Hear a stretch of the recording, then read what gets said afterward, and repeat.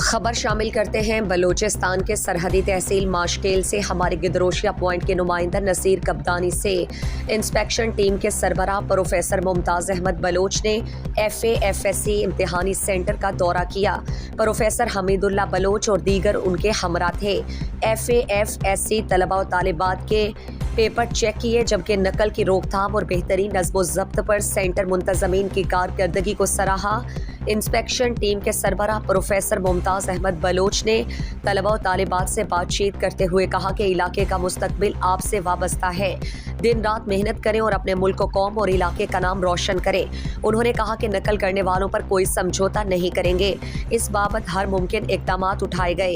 اس موقع پر سینٹر منتظمین superintendent professor Farooq Kabdani, deputy superintendent professor Shaji Faqir Shah, additional superintendent Hasan Bismil Muskanzai, principal higher secondary school Ataullah Muhammad Hasni اور دیگر موجود تھے۔